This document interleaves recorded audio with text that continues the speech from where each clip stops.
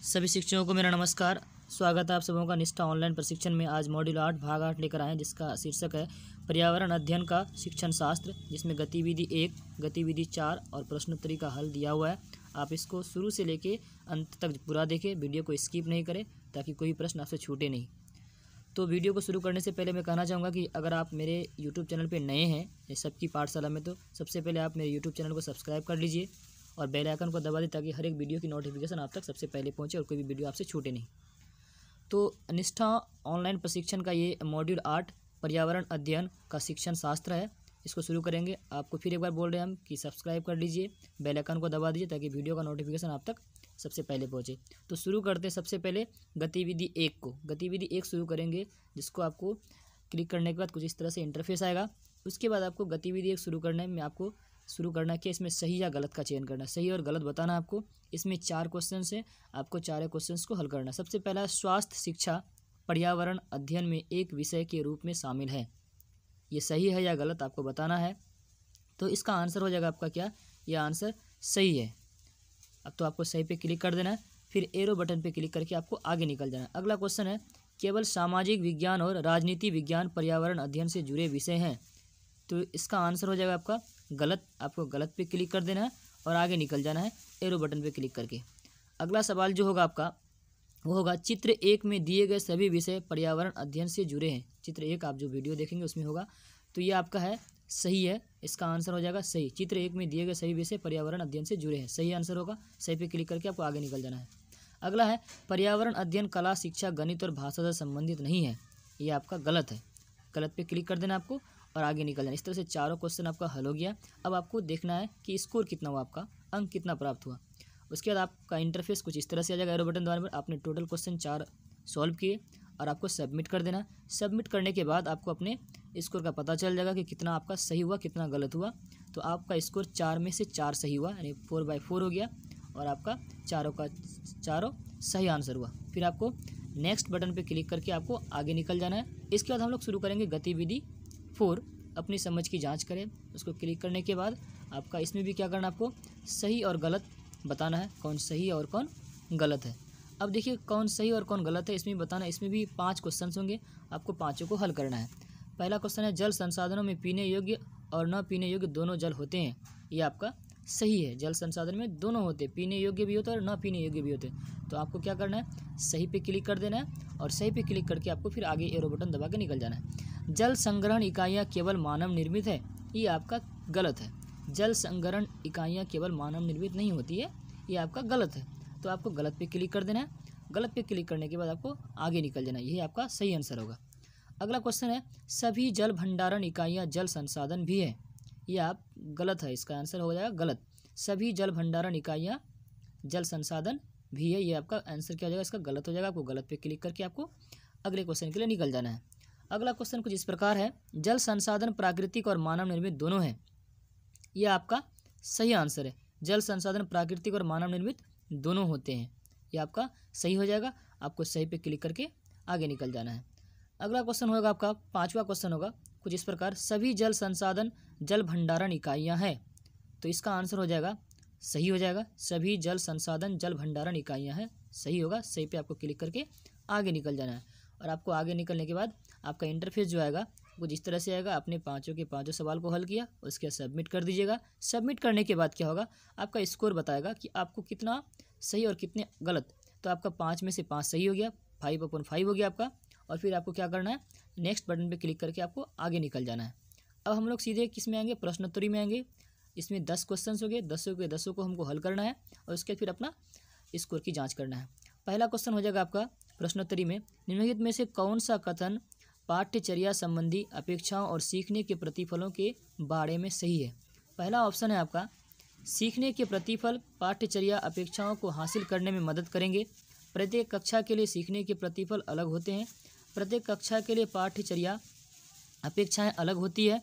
पाठ्यचर्या संबंधी अपेक्षाओं और सीखने के प्रतिफल के बीच कोई संबंध नहीं है। इसका सही आंसर हो जाएगा आपका, प्रत्येक कक्षा के लिए सीखने के प्रतिफल अलग होते हैं। ऑप्शन नंबर 2 जो है वो आपका बिल्कुल सही जवाब है। आपको उसमें क्लिक करके आगे निकल जाना है, वही आपका सही आंसर होगा इस क्वेश्चन का। उसके बाद आपको एरो बटन पे क्लिक करके आगे निकल जाना है अगले क्वेश्चन के लिए। अगला क्वेश्चन हो जाएगा आपका कुछ इस प्रकार होगा, कक्षा 1 और 2 में, कक्षा पहली और दूसरी में पर्यावरण अध्ययन। तो अब पर्यावरण अध्ययन के बारे में पूछा कि कक्षा 1 और 2 में क्या किसी भी तरह से नहीं पढ़ाया जाता है, पढ़ाना संभव नहीं है, भाषा और गणित के साथ पढ़ाया जाता है, अलग विषय के रूप में पढ़ाया जाता है। इसमें आपका सही आंसर हो जाएगा तीसरा ऑप्शन जो है, भाषा और गणित के माध्यम से के साथ पढ़ाया जाता है। भाषा और गणित के साथ आपको इसको पढ़ाया जा सकता है। कक्षा 1 और 2 में पर्यावरण अध्ययन को पढ़ा सकते हैं। ये सही आंसर हुआ। इस पर क्लिक करके आपको आगे निकलना है। अगला क्वेश्चन है, प्राथमिक स्तर पर पर्यावरण अध्ययन के सीखने के उद्देश्यों में शामिल नहीं किया जाता है। इसका ऑप्शन कुछ इस प्रकार है, विद्यार्थियों को वैज्ञानिक नियम याद करने में मदद करना, विद्यार्थियों को उनके सामाजिक सांस्कृतिक पर्यावरण को समझने में मदद करना। तीसरा ऑप्शन है, शिक्षार्थियों को उनके भौतिक पर्यावरण को समझने में मदद करना। और अंतिम ऑप्शन जो चौथा ऑप्शन है वो का, शिक्षार्थियों को उनके परिवेश को जागरूक करना और महत्व बताना। इसमें आपका सही आंसर हो जाएगा पहला जो ऑप्शन है वो आपका सही आंसर हो जाएगा, विद्यार्थियों को वैज्ञानिक नियम याद करने में मदद करना। इसका बिल्कुल सही आंसर है। इस पर क्लिक करके आपको एरो बटन पे दबा के आपको आगे निकल जाना अगले क्वेश्चन के लिए। अगला क्वेश्चन हो जाएगा आपका, विभिन्न मापदंडों के लिए विद्यार्थियों की सीखने की प्रगति और उनके स्तरों का पता लगाने के लिए निम्नलिखित विकल्पों में से कौन सा सबसे उपयुक्त है।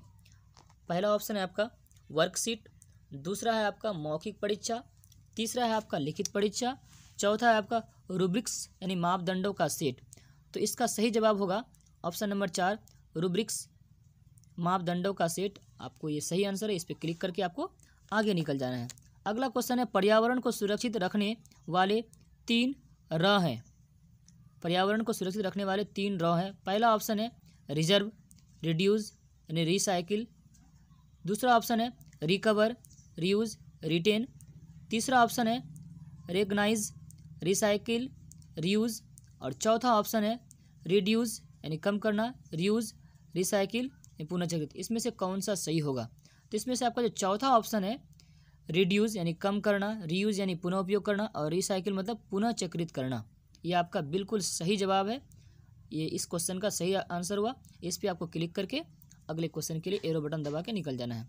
बिल्कुल सही जवाब है इस क्वेश्चन का। अगला क्वेश्चन होगा इस प्रकार, निम्नलिखित में से कौन सा पर्यावरण अध्ययन शिक्षण अधिगम के अनुरूप नहीं है। निम्नलिखित में से कौन सा पर्यावरण अध्ययन शिक्षण अधिगम के अनुरूप नहीं है। पहला ऑप्शन है प्रत्येक बच्चा अपने ज्ञान को सर्जन स्वयं करता है, दूसरा ऑप्शन है प्रत्येक बच्चे को प्रश्न पूछने का अधिकार है, तीसरा ऑप्शन है आपका प्रत्येक बच्चा अपनी पाठ्यचर्या का सर्जन करता है, प्रत्येक बच्चा अपने तरीके से अद्वितीय है। इसका जो सही आंसर होगा वो होगा आपका प्रत्येक बच्चा अपनी पाठ्यचर्या का सर्जन करता है। ऑप्शन नंबर 3 सही है। आपको इसमें क्लिक करके आगे निकल जाना, ये बिल्कुल सही जवाब है इस क्वेश्चन का। अगला क्वेश्चन होगा, निम्नलिखित में से कौन सा बच्चों के बीच व्यक्तिगत सामाजिक गुणों को बढ़ाने में मदद करता है। निम्नलिखित में से कौन सा बच्चों के बीच व्यक्तिगत सामाजिक गुणों को बढ़ाने में मदद करता है। पहला ऑप्शन है कक्षा में इस पर शिक्षक द्वारा प्रतिदिन 5 मिनट की बात करना, दूसरा ऑप्शन है संबंधित मुद्दे पर विशेष व्याख्यान आयोजित करना, ऑप्शन नंबर तीसरा है विषय पर प्रश्नोत्तरी आयोजित करना, और चौथा है कक्षा में सहयोगी और सहकर्मी रूप से सीखने को बढ़ावा देना।